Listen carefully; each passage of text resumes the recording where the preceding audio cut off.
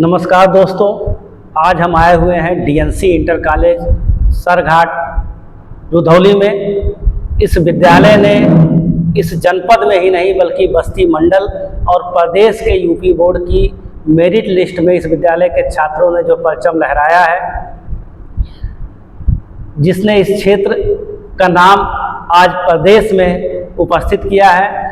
ऐसे विद्यालय के प्रबंधक श्री दीनानाथ चौधरी जी का आज हम स्वागत करते हैं, अभिनंदन करते हैं और इनको बहुत बहुत बधाई देते हैं जो इन्होंने इस विद्यालय में कीर्तिमान स्थापित किया है। श्री दीनानाथ चौधरी जी आज किसी परिचय के मोहताज नहीं हैं। जनपद सिद्धार्थनगर बस्ती में मिला करके लगभग 15 विद्यालय इनके संचालित हैं। किसी विद्यालय के प्रबंधक हैं, किसी विद्यालय के सदस्य हैं, किसी विद्यालय के अध्यक्ष हैं और शिक्षा के क्षेत्र में जो इन्होंने कार्य किया है, जब तक सूरज चांद रहेगा तब तक इनका नाम रहेगा। ऐसे श्री दीनानाथ चौधरी जी का आज हम अपने ब्लॉग में हार्दिक स्वागत, अभिनंदन और वंदन करते हैं। नमस्कार सर, आपका हार्दिक स्वागत है। सबसे पहले तो मैं आपको धन्यवाद देना चाहता हूं, आपके चैनल को धन्यवाद देना चाहता हूं। आप हमारे विद्यालय पर आए और आपसे मुलाकात हुई, हमें बड़ा गर्व महसूस हो रहा है कि आप इस लड़कों ने जो हाई स्कूल और इंटरमीडिएट यूपी बोर्ड की परीक्षा में अच्छा अंक प्राप्त किया है, उसके संबंध में आप विद्यालय पर आए, इसके लिए आपको कोटि धन्यवाद। बहुत बहुत धन्यवाद सर। सर, सबसे पहले आपको और आपके पूरे विद्यालय परिवार को मैं हार्दिक बधाई देता हूं इस शानदार उपलब्धि के लिए। और इस सफलता पर आपकी क्या प्रतिक्रिया है? हमारी प्रतिक्रिया यही है कि एकाग्रता ही आप साक्षात्कार की कुंजी है। जिस भी विद्यालय में छात्र एकाग्र होकर के और अपने आप को वह समझ जाएंगे कि हम क्या हैं, तो निश्चित रूप से वह सफलता के नई सीढ़ियों को छुएंगे और समाज में अपना स्थान प्राप्त कर लेंगे। और जो लोग अपने आप को भूले हुए हैं, वो लोग समाज में उतना आगे नहीं जा सकते हैं जितना उनको जाना चाहिए। बहुत अच्छी बात। कहा गया है कि भूल भूल नहीं है, लेकिन भूल को भूल ना मानना बड़ा ही दुर्भाग्यपूर्ण बात है। इसलिए हम सारा श्रेय जो बच्चे यूपी बोर्ड में अच्छा अंक लाए हैं, इसका श्रेय हम यहाँ के अध्यापकों और यहाँ के छात्रों को देना चाहते हैं। और यहाँ जो लोग विद्यालय को सही तरीके से संचालित कर रहे हैं, उन लोगों को मैं धन्यवाद देना चाहता हूं आपके चैनल के माध्यम से। सर, आपके विद्यालय की छात्रा द्वारा प्रदेश में टॉप किया गया, संस्था के लिए कितना गर्व का विषय है? यह बात तो संस्था के लिए बहुत गर्व का विषय है और संस्था का नाम हमारे बच्चों ने, हमारे छात्रों ने प्रदेश में अच्छा अंक ला करके बहुत ऊंचा किया है। मुझे बहुत गर्व महसूस हो रहा है। हम अपने आप को धन्य मानते हैं कि जब हम सबसे पहले 1998 में विद्यालय खोले तो हमारा विचार था कि किसी तरह से गांव में कोई लड़का हाई स्कूल इंटर जो है पास नहीं कर पाता था। हमारा सबसे पहले जब हम स्कूल खोले तो हमारा विचार था किसी तरह से लड़के हाई स्कूल इंटर पास कर लें, शिक्षित हो जाएं।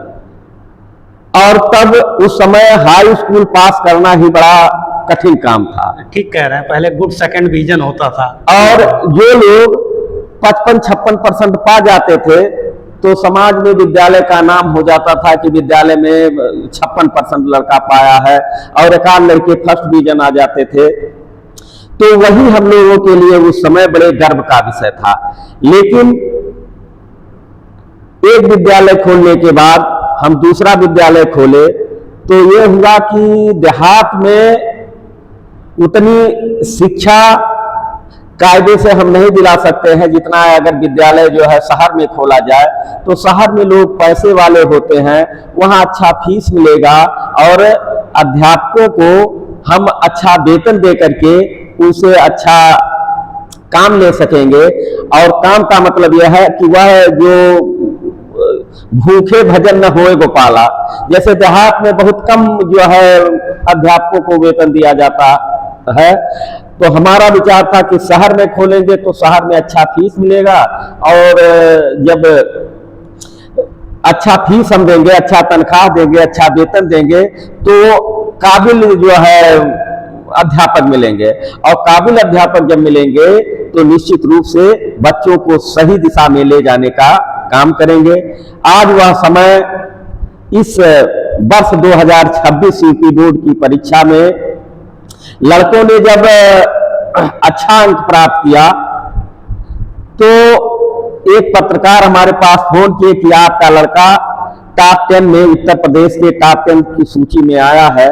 तो मुझे यह सुनकर के इतना हर्ष हुआ कि जो हम बहुत पहले सोच रहे थे कि इस तरह का विद्यालय हम शहर में खोल करके लड़कों को प्रदेश स्तर पर ले जाएंगे, वह सपना हमारा पूरा होता हुआ दिखाई दिया। बहुत बहुत धन्यवाद। अच्छा सर, एक आपसे बात और पूछेंगे। तो आपने बता ही दिया कि जब आपको खबर मिली तब आपकी पहली प्रतिक्रिया क्या थी, और अगला आपसे हम प्रश्न जानना चाहेंगे, हमारा छोटी सी बात है कि आपके अनुसार इस सफलता के पीछे सबसे बड़ा कारण क्या था? आपको तो कई साल हो गया विद्यालय चलाते हुए, 20 साल हो गया,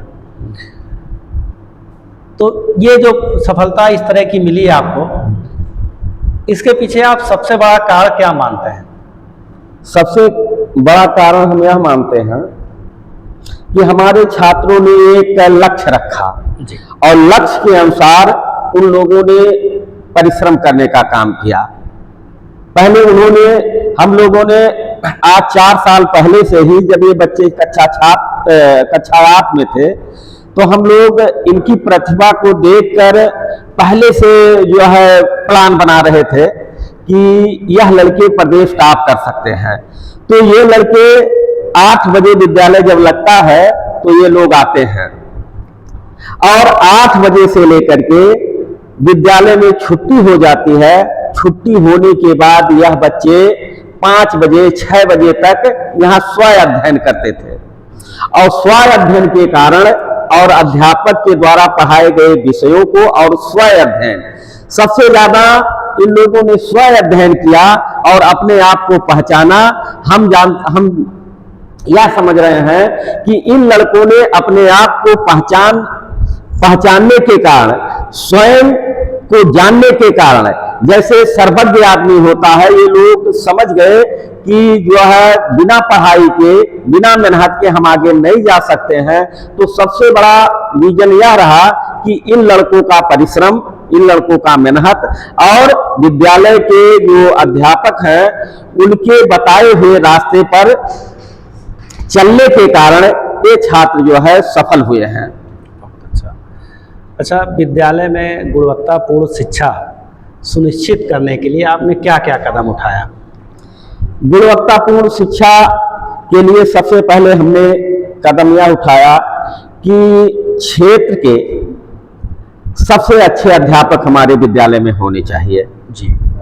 जब अध्यापक अच्छे रहेंगे और जानकार रहेंगे तो अपनी जानकारी के अनुसार वह बच्चों को शिक्षा देंगे। दूसरा, हमारा विद्यालय को आगे ले जाने का कारण यह रहा कि विद्यालय में नियमित समय पर अध्यापकों का आना और उनको समय से वेतन देना और उनका मान सम्मान करना। किसी तरह से 7-8 साल हो गया विद्यालय यहाँ रुधौली में खोले, हम लोगों यानी हमारे द्वारा या हमारे प्रधानाचार्य के द्वारा किसी अध्यापक के सम्मान में कोई कोताही नहीं की गई, और हम लोग अध्यापकों को हमेशा उत्साहित करते रहे कि गुरुजी यदि आप अच्छी शिक्षा देंगे तो एक दिन यही हमारा विद्यालय जो है जिले में टॉप 10 में रहेगा, पहला स्थान रहेगा, दूसरा स्थान रहेगा। पहले हम लोग सोच रहे थे कि हमारा विद्यालय किसी तरह से जिले में आ जाए, तो ऐसा अवसर हमको प्राप्त हुआ कि हमारे विद्यार्थी प्रदेश स्तर पर और जिले स्तर पर पहला नंबर जिले में, तीसरा नंबर, तीसरे नंबर पर 2 लड़कियां, फिर चौथे नंबर पर, फिर इंटरमीडिएट में तीसरे नंबर पर एक लड़की शकुंतला मौर्य आई है। तो हम लोगों के विद्यालय को आगे ले जाने का मुख्य कारण यही रहा कि अध्यापकों के साथ हम लोगों ने अच्छा व्यवहार किया, और अध्यापक जो है हम लोगों के व्यवहार को देख करके और हम लोगों के लगन और परिश्रम को देख करके वह स्वयं जो है पढ़ाने में रुचि रखते थे कि यहाँ के प्रबंधक जो है इस तरह से जब मेहनत कर रहे हैं, प्रधानाचार्य 12-12 घंटा जो है लगातार विद्यालय में बच्चों को पढ़ाया करते हैं, 12 घंटे तक विद्यालय जो है चला करता है। 4 घंटा लड़के पढ़ते हैं, 1 घंटा खेलते हैं, पुनः जो है बच्चों को बुला करके क्लास जो है चलाया जाता है। तो इन सब चीजों के कारण, इन क्षमताओं के कारण, इन अध्यापकों के कारण विद्यालय के लड़के जो है प्रदेश स्तर पर आए हैं। उन्होंने अपना नाम रोशन किया है, अपने माता पिता का नाम रोशन किया है, उनके साथ साथ हमारे विद्यालय का भी नाम रोशन किया। अच्छा, एक चीज़ हम और आपसे सर जानना चाहेंगे, विद्यार्थियों के शिक्षा के लिए तो आपने बहुत किया, लेकिन सब बच्चे का सर्वांगीण विकास होना चाहिए। तो बच्चों के सर्वांगीण विकास के लिए आपकी संस्था क्या क्या कार्य करती है, इस पर कुछ रोशनी डालें। जैसे सबसे पहले हम आपसे यह बताना चाहेंगे कि अध्यापक का कर्तव्य है कि बच्चों के अंदर जो निहित शक्तियां हैं, उन निहित शक्तियों को निकालकर बाहर लाने का प्रयास करें। सबके अंदर, सभी छात्रों के अंदर अपार शक्ति भरी हुई है, लेकिन छात्र अपने आप को भूले हुए हैं। और जो छात्र अपने आप को जान जाते हैं और अध्यापक के संरक्षण में रह करके अध्यापक की बातों को मानते हैं, और अध्यापक अच्छा वही होता है जो बच्चों के अंदर जो निहित शक्ति है उसको ला करके समाज में रखने यानी बाहर निकालने का काम करे। तो हम यही जानते हैं और यही मेरे समझ में आया कि यदि बच्चों को सही तरीके से शिक्षा दिया जाए, उनके शक्तियों को निखारा जाए, उसे तराशा जाए, जैसे सोनार होता है, सोने को जो है तपाता है, और जितने तपाता है उतने सोना जो है सोने में चमक आती है। उसी तरह से विद्यालय के विद्यार्थी हैं, जिस तरह से उनको निखारा जाएगा, उनको तपाया जाएगा, उसी तरह से विद्यार्थी जो है निखरेंगे और आगे जाएंगे। बहुत अच्छी बात आपने की। जैसे इस समय तो शिक्षा का स्वरूप बदल रहा है, आज के 15 साल पहले, 10 साल पहले जो शिक्षा का स्वरूप था आज बदल रहा है। अब आधुनिक शिक्षा आ गई है, विद्यालयों में अधिक से अधिक तकनीक का प्रयोग होने लगा है। क्या इस संदर्भ में भी आप कुछ कार्य अपने विद्यालय में कर रहे हैं? हाँ, इस संबंध में जो है विद्यालय में स्मार्ट क्लास चलाया जा रहा है, और हमको तो कुछ लोग मिलते हैं, वो बताते हैं कि आपका विद्यालय पूर्ण रूप से डिजिटल होना चाहिए, और जिस दिन विद्यालय डिजिटल हो जाएगा उस समय आपके विद्यार्थी बहुत ज़्यादा आगे चले जाएंगे। तो इस क्षेत्र में हम लोग जो है लगातार प्रयास कर रहे हैं। विद्यालय को पूर्ण रूप से आने वाले दिनों में हम लोग जो है पूर्ण रूप से तकनीक से भर देंगे। जो जो तकनीक आवश्यक है वह विद्यालय में लगाए जाएंगे, जो विद्यार्थियों को आगे ले जाने में सहयोग करे। आपकी इस सफलता में आप शिक्षकों की भूमिका को कैसे देखते हैं? विद्यालय की सफलता में, किसी भी विद्यालय की सफलता में सबसे महत्वपूर्ण योगदान वहाँ के अध्यापकों का होता है, वहाँ के व्यवस्थापक का होता है, वहाँ के प्रधानाचार्य का होता है। तो इस सफलता में अध्यापकों का योगदान अत्यंत महत्वपूर्ण है। अध्यापकों ने ही विद्यालय को इतने ऊंचाइयों पर ले जाने का काम किया है, इसलिए हमारे विद्यालय के सभी अध्यापक बधाई के पात्र हैं। इस विद्यालय में क्या नियमित टेस्ट, कैरियर काउंसलिंग और मोटिवेशनल कार्यक्रम भी आपके द्वारा आयोजित किए जाते रहे हैं? हर महीने में हमारे विद्यालय में टेस्ट होता है और जो भी बच्चों को आगे ले जाने के लिए जो चीज़ें आवश्यक होती हैं, जैसे महापुरुषों का जन्मदिन है या अन्य कोई त्यौहार है, उस त्योहारों पर उस त्योहार को बताने के लिए, जैसे दिवस हैं, किस दिन कौन सा दिवस है, हर दिवस पर छोटे मोटे कार्यक्रम हमेशा हमारे विद्यालय पर किए जाते हैं। तो विद्यालय में तो जैसा हम लोग देखते हैं, कुछ विद्यार्थी बहुत पढ़ने में तेज होते हैं, कुछ कमज़ोर होते हैं। तो जो ऐसे विद्यार्थी जो थोड़ा सा शिक्षण में कमज़ोर हैं, इनके लिए आपकी संस्था क्या प्रयास करती है? कमज़ोर छात्र जो हैं वो विद्यालय में उनको अलग से कक्षाएं चलाई जाती हैं, अलग से उनको गृह कार्य दिया जाता है और यह भी हम लोगों का प्रयास रहता है कि कमजोर बच्चों को यदि ध्यान दिया जाएगा तो एक बार उनको यदि बात समझ में आ जाती है तो वो अच्छे छात्रों से भी आगे निकल सकते हैं। तो इस तरह से विद्यालय में कमजोर बच्चों के प्रति हमेशा जो है ध्यान दिया जाता है, क्योंकि विद्यालय कमजोर बच्चों से ही चलता है। कमजोर बच्चे ज्यादा होते हैं, तेज बच्चे कम होते हैं, और जब हम कमजोर बच्चों को आगे ले जाएंगे तो निश्चित रूप से विद्यालय आगे जाएगा। बहुत अच्छी बात कर रहे हैं। अच्छा, एक चीज़ हम और आपसे जानेंगे, ये जो बच्ची आपकी प्रदेश की मेरिट लिस्ट में आई, साक्षी चौधरी, तो ये आपके यहाँ किस क्लास से इस बच्चे ने पढ़ाई की है? यह बच्ची जो है कक्षा 8 से हमारे विद्यालय में आई। 8वीं, 9वीं और 10वीं? हाँ, 3 साल से विद्यालय में जो है यह पढ़ रही है। और इसका जो बैकग्राउंड है, यह जो है बहुत परिस्थितियां जो है इनके अनुकूल नहीं रही है। यह लड़की जो है 8 बजे विद्यालय पर आती है और विद्यालय पर लगभग 5 बजे तक छुट्टी होने के बाद वह रुकती है, और जो प्रश्न उसको समझ में नहीं आता है, यहाँ के अध्यापक उसका सहयोग करते हैं। उसके लगन को देख करके उसे एक्स्ट्रा पढ़ाया जाता था, जिसके कारण वह प्रदेश में अपना स्थान बना पाई है। इस छात्रा में ऐसा आपने क्या विशेष प्रतिभा देखी?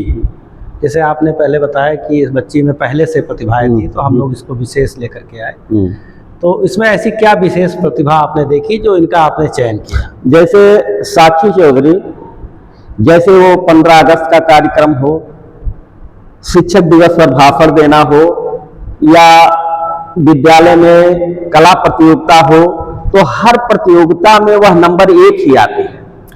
तो इसको देखकर हम लोगों ने समझ लिया कि ये छात्रा जो है भविष्य में आगे जाएगी, जिसके कारण उसे विशेष महत्व दिया गया और अध्यापकों के द्वारा उसे थोड़ा सा समय ज्यादा दिया गया। तो अब हम आपसे ये जानना चाहेंगे कि आने वाले समय में आपकी संस्था की नई योजनाएं क्या हैं? देखिए, विकास का तो कोई अंत नहीं है।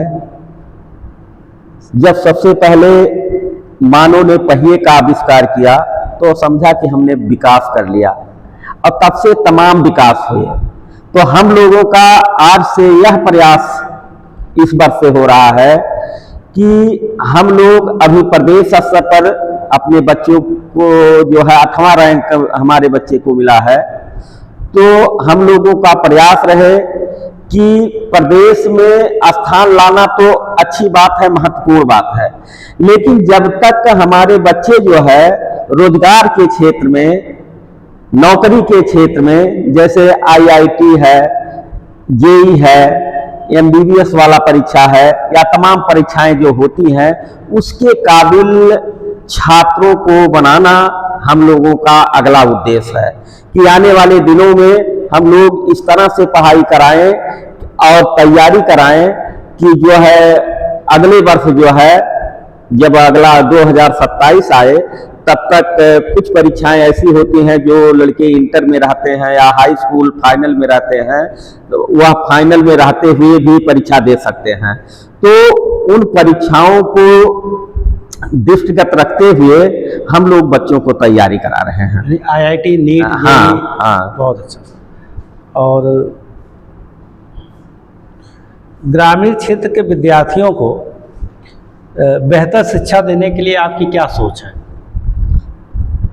ग्रामीण क्षेत्र के जो छात्र हैं वह पहली बार शहरी क्षेत्र से मजबूत, उनका जो बॉडी स्ट्रक्चर होता है शहरी क्षेत्र से मजबूत है। वो तमाम परिस्थितियों से लड़ने वाले होते हैं, लेकिन गांव में वह माहौल नहीं मिल पाता है जो शहर के बच्चों को मिल पाता है। इसलिए हम गांव के बच्चे से यह कहना चाहते हैं या उनके अभिभावकों से हम यह कहना चाहते हैं कि देहात के बच्चों के लिए थोड़ा सा माहौल अभिभावक लोग जो है उपलब्ध कराने का काम करें, तो यह विद्यार्थी शहर के विद्यार्थी से भी आगे जा सकते हैं।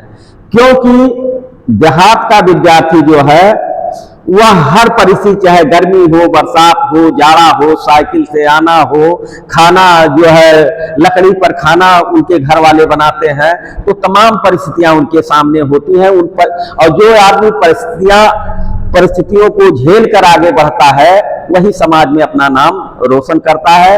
और किसी भी तरह से ग्रामीण बच्चे निराश ना हो, वह शहर वाले बच्चे से कई गुना आगे जा सकते हैं, क्योंकि वह शहर वालों बच्चों की अपेक्षा वो ज्यादा मजबूत होते हैं, सक्षम होते हैं। नहीं, ठीक है, आपने कहा स्वस्थ शरीर में ही स्वस्थ मस्तिष्क। हाँ। अच्छा, आज के प्रतिस्पर्धा का दौर है। जब हम लोग पढ़ते थे इतनी प्रतिस्पर्धा नहीं थी, और आपने कहा भी कि गुड सेकंड डिवीजन 50-55% माना जाता था। तो ऐसे समय में जब प्रतिस्पर्धा इस लेवल की है कि कंपटीशन के परीक्षाओं में संपूर्ण बच्चे नंबर ला रहे हैं, तो ऐसे इस प्रतिस्पर्धा के दौर में विद्यार्थियों को सफल होने के लिए क्या मंत्र अपनाना चाहिए, क्या सुझाव आप देंगे? विद्यार्थी जो है अधिक से अधिक परिश्रम करें और जो उनके पेपर हैं, अनसॉल्व पेपर है, उसको सॉल्व करने का प्रयास करें। क्योंकि 4 साल 5 साल का सॉल्व पेपर जो है वह अपने मन से यदि सॉल्व कर ले जाएंगे तो निश्चित रूप से आने वाले परीक्षाओं में वह ज्यादा से ज्यादा अंक जो है ला सकेंगे।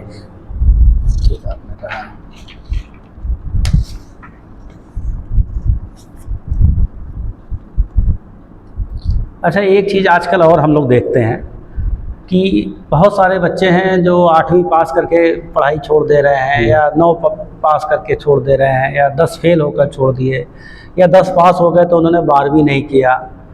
तो कुछ आर्थिक कठिनाइयाँ उनके सामने रहती है, कुछ सामाजिक कठिनाइयाँ रहती हैं, तो उनको आप क्या संदेश देना चाहते हैं? उनको हम ऐसे विद्यार्थियों को हम यह संदेश देना चाहते हैं कि आप निराश ना हो, और हम विद्यालय से अनुरोध करना चाहते हैं कि कमजोर विद्यार्थियों को उनके रुचि के अनुसार थोड़ा शिक्षा दिया जाए। जैसे हम लोग जब पढ़ते थे तो अध्यापक इतना ज्यादा मार देते थे कि वह डर के कारण वह विद्यालय छोड़ देते थे। विद्यालय में शिक्षा जो है बोझ जैसे नहीं होनी चाहिए, शिक्षा जो है बोझिल नहीं होना चाहिए। शिक्षा जो है थोड़ा सा कमजोर छात्रों के लिए इस तरह से होना चाहिए जिससे उनका मन जो है धीरे धीरे शिक्षा की तरफ जाए, उबाऊ ना हो। ठीक है। यह हम आपसे कहना चाहते हैं कि छात्रों को जो है, कमजोर छात्रों को अध्यापकों के द्वारा और मैनेजमेंट कमेटी के द्वारा उत्साहित किया जाए। यदि आप कमजोर हैं तो ठीक है, आप पढ़ने आइए, धीरे धीरे आप भी जो है अच्छे हो जाएंगे पढ़ने में। उन्हें हतोत्साहित विद्यालय में ना किया जाए। अच्छा, अभिभावकों को आप क्या संदेश देना चाहते हैं? अपने अभिभावक या समाज में जो अभिभावक हैं उनको आप क्या संदेश देना चाहते हैं? अभिभावक जो हैं, अभिभावक को संदेश हम यह देना चाहते हैं कि जिस विद्यालय में आपका बच्चा पढ़ने जा रहा है उस विद्यालय के अध्यापक कैसे हैं, उस विद्यालय की मान्यता है कि नहीं है, विद्यालय में विद्यालय का चरित्र क्या, हर संस्था का अलग अलग चरित्र होता है। काम यूपी बोर्ड या सीबीएसई बोर्ड सब लोग पढ़ाते हैं, लेकिन सबका अलग अलग कैटेगरी है। तो अभिभावक यह सोच समझकर अपने बच्चे को विद्यालय में दाखिला कराएं, नामांकन कराएं कि विद्यालय की स्थिति क्या है, विद्यालय में अध्यापक कैसे हैं, विद्यालय ज्यादा अनर्गल काम तो नहीं करता है, ज्यादा फीस तो नहीं लेता है। इन सारी चीजों को यदि अभिभावक देख करके अपने बच्चे का नाम अच्छे विद्यालय में लिखाएंगे, दाखिला कराएंगे, तो उनके बच्चों का भविष्य उज्जवल होगा। दूसरी चीज हम यह कहना चाहते हैं कि अभिभावक बच्चे का नाम किसी भी अच्छे से अच्छे विद्यालय में लिखा दे, तो यदि वह अपने बच्चे की कॉपी नहीं देखेंगे, क्या पढ़ाया गया है, क्या लिखाया गया है, इसको वह नहीं देखेंगे, तो निश्चित रूप से बच्चा धीरे धीरे कमजोर हो जाएगा। अध्यापक जितना जिम्मेदारी विद्यालय की है, उससे कहीं ज्यादा जो है जिम्मेदारी अभिभावक की है। यदि अभिभावक जरा सा बच्चे के प्रति ध्यान दे देंगे, तो निश्चित रूप से बच्चे का भविष्य उज्जवल होगा। और अभिभावकों से हम यह भी कहना चाहते हैं कि आप बहुत सारा समय इधर उधर बिता देते हैं, तो थोड़ा समय आप अपने बच्चों के लिए दीजिए। और यही बच्चे आपके भविष्य हैं, विद्यालय के भविष्य हैं और देश के भविष्य हैं। और जब हम अपने बच्चे का नाम अच्छे से अच्छे विद्यालय में जो है दाखिला करा देते हैं और मुड़कर हम नहीं देखते हैं कि हमारा बच्चा जो है विद्यालय में क्या पढ़ रहा है, क्या लिख रहा है, ना हम उससे हाल पूछते हैं, ना उस पर विद्या अध्ययन पर चर्चा करते हैं, तो धीरे धीरे बच्चा लापरवाह हो जाता है और वह पढ़ाई में उसका रुचि नहीं लगता है। कोई भी आदमी अगर अवसर पा जाएगा, थोड़ा सा ढिलाई हो जाएगी, तो निश्चित रूप से वह दूसरे तरफ जाने का प्रयास करेगा। तो जब तक बच्चा विद्या अध्ययन कर रहा है, तब तक अध्यापकों को और अभिभावकों को दोनों को बराबर नजर रखना चाहिए। सारी जिम्मेदारी विद्यालय की ही नहीं है, बल्कि अभिभावक की है। जिसके अभिभावक अच्छे हैं, उसके बच्चे और आगे निकल जा रहे हैं। जिसके अभिभावक उतना पढ़े लिखे नहीं है, फिर भी वह पूछते हैं कि विद्यालय में क्या पढ़ाया गया। हम लोगों के जमाने में एक थोड़ा सा हम उदाहरण आपको देना चाहते हैं। एक यादव जी हैं और वह कुछ नहीं पढ़े लिखे हैं, लेकिन जब उनका बच्चा विद्यालय से आता है, तो वह किताब लेकर ऐसे बैठते हैं और गांव का कोई पढ़ा लिखा आदमी आता है तो कहते हैं कि हमारे बच्चे से पूछिए कि इसको कुछ आता है कि नहीं आता है। तो वह पढ़ा लिखा आदमी जब उनके बच्चे से पूछता है, बच्चा नहीं बता पाता है, तो ये गंवार आदमी जो अभिभावक है, गंवार है, वो अपने बच्चे को बहुत डांटते हैं कि क्या पढ़ने जाते हो, क्यों पढ़ने जाते हो, हम पैसा देकर पढ़ा रहे हैं, हम मजदूरी कर रहे हैं, आप कुछ नहीं पढ़ रहे हैं, ये आदमी जो है हमको बता रहा है, तुम क्यों नहीं बोल पा रहे हो। तो यह चीजें हम अभिभावक को संदेश देना चाहते हैं कि आप अच्छा पैसा खर्च करें तो अच्छी शिक्षा भी आपको मिलनी चाहिए, और आपका भी दायित्व है कि आप अपने बच्चे के प्रति सावधान रहें, उसकी देख रेख करें। अच्छा, बहुत अच्छी बात आपने की। दो बातें आपने की, मुझे बड़ा अच्छा लगा। एक ने आपने कहा कि विद्यालय को जांचा जाए कि वो जहां आप अपने बच्चे को भेज रहे हैं, वो सरकार की निगाह में, प्रशासन के निगाह में विद्यालय है या नहीं है, उसकी मान्यता है या नहीं है, मूलभूत चीज़ें हैं कि नहीं है। और दूसरा आपने कहा कि बच्चे का घर पे ध्यान रखा जाए, उससे पूछा जाए, अगर नहीं भी पढ़े लिखे हैं तो भी किसी दूसरे के माध्यम से भी एक जांचा जाए। लेकिन हम प्रायः ये देखने में आ रहा है, आपका विद्यालय रुधौली क्षेत्र में है, रुधौली क्षेत्र में ही कई ऐसे विद्यालय हैं जो भ्रामक प्रचार करते हैं, उनके विद्यालय की मान्यता नहीं है, और अभिभावकों के बीच में जाते हैं, कहते हैं कि हमारे विद्यालय की मान्यता है, हमारे यहाँ बच्चे को भेजिए, और उनके लुभावने विज्ञापन को देख करके अभिभावक वहाँ जा करके फंस जा रहा है। वो अभिभावक को जानकारी नहीं है कि हमको यहाँ भेजना चाहिए कि नहीं, बच्चे को नहीं जानकारी है, और बाद में वो अपने आप को 2 साल 4 साल 5 साल बाद ठगा हुआ महसूस करते हैं। तो अभिभावक कैसे जांचे कि ये विद्यालय सही है या ये विद्यालय खराब है?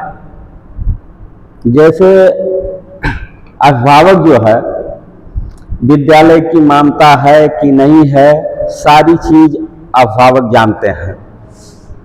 वह बहकावे में आ जाते हैं और जो इस तरह का भ्रामक प्रचार करते हैं वह अभिभावक को धोखा नहीं दे रहे हैं, वो अपने आप को धोखा दे रहे हैं। आने वाले दिनों में एक ना एक दिन सत्य ऐसी चीज है कि जिसको सब लोग जान जाएंगे। भ्रामक प्रचार करने से या अन्य चीजें करने से कोई आदमी जो है बहुत आगे नहीं जा सकता है। अगर हम समाज को धोखा देंगे तो समाज निश्चित रूप से आने वाले दिनों में हमें धोखा देंगे। हम किसी के ऊपर टीका टिप्पणी नहीं करना चाहते हैं। हम यह चाहते हैं कि अभिभावक जो है, हम लोग जब पढ़ते थे तो रिश्तेदारी में जब जाते थे तो जो गांव का पढ़ा लिखा आदमी होता था रिश्तेदार, तो वह पूछता था कि 39 में कै दहाई कै काई, 59 में कै दहाई कै काई।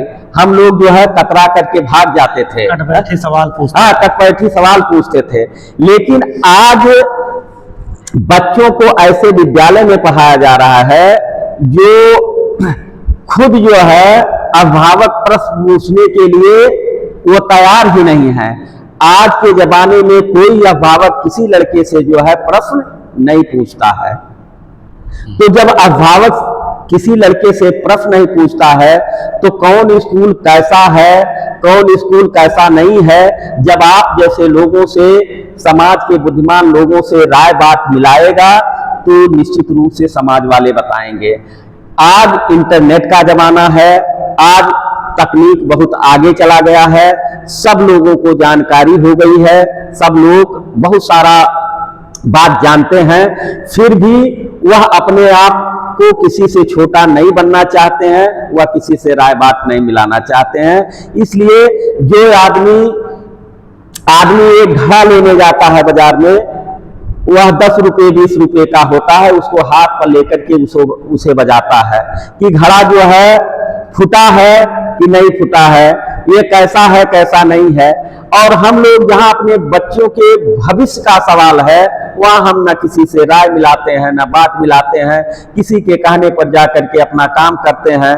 तो उसमें समाज का दोष नहीं है बल्कि अभिभावक का दोष है। वह बिना जांचे परखे, बिना बूझे समझे जो है इस तरह का काम करते हैं, जिसका परिणाम उन्हें और उनके बच्चे को मिलता है। इस तरह से जो लोग काम करेंगे वो समाज के लिए अच्छा काम नहीं कर रहे हैं। सबका विद्यालय है, सब लोग अपने अपने तरीके से जो है विद्यालय को आगे ले जाने का काम कर रहे हैं। जो गलत प्रचार करेगा, गलत चीज कहेगा तो उसका परिणाम भविष्य में उसे मिलेगा। अंत में मैं अंतिम एक प्रश्न आपसे कह करके जो है पूछना चाहूँगा। प्रदेश के विद्यार्थियों और युवाओं को आप क्या प्रेरणादायक संदेश देना चाहते हैं? प्रदेश के युवाओं और समस्त छात्र छात्राओं को जो प्रतियोगी परीक्षाओं के लिए तैयारी कर रहे हैं, उन समस्त छात्रों को हम यह कहेंगे कि जिस तरह से आपका लक्ष्य हो, लक्ष्य यदि बहुत बड़ा हो तो उस लक्ष्य के अनुसार आपको मेहनत करना पड़ेगा। जैसे यदि आपको शेर मारना है तो शेर के तरीके से एकाग्रचित होना पड़ेगा और उसी के समान फुर्तीला होना पड़ेगा, उसी के अनुसार आपको काम करना पड़ेगा, तभी आप शेर का शिकार कर सकते हैं, अन्यथा नहीं कर सकते हैं। लक्ष्य आपका जिस तरह से हो, आपको दारा सिंह पहलवान से लड़ना है तो दारा सिंह के समान आपको बनना पड़ेगा, तभी आप उसको हरा सकते हैं, अन्यथा नहीं हरा सकते हैं। इसलिए लक्ष्य के अनुसार आपको मेहनत करना पड़ेगा। बहुत बहुत धन्यवाद सर, आपने अपने विचार हमारे साथ साझा किए, इसके लिए आपका बहुत बहुत धन्यवाद। हमें उम्मीद है कि आपकी संस्था आने वाले समय में इसी तरह शिक्षा के क्षेत्र में नई ऊंचाइयों को हासिल करती रहेगी। आपने अपना कीमती समय दिया, इसके लिए आपको पुनः बहुत बहुत धन्यवाद।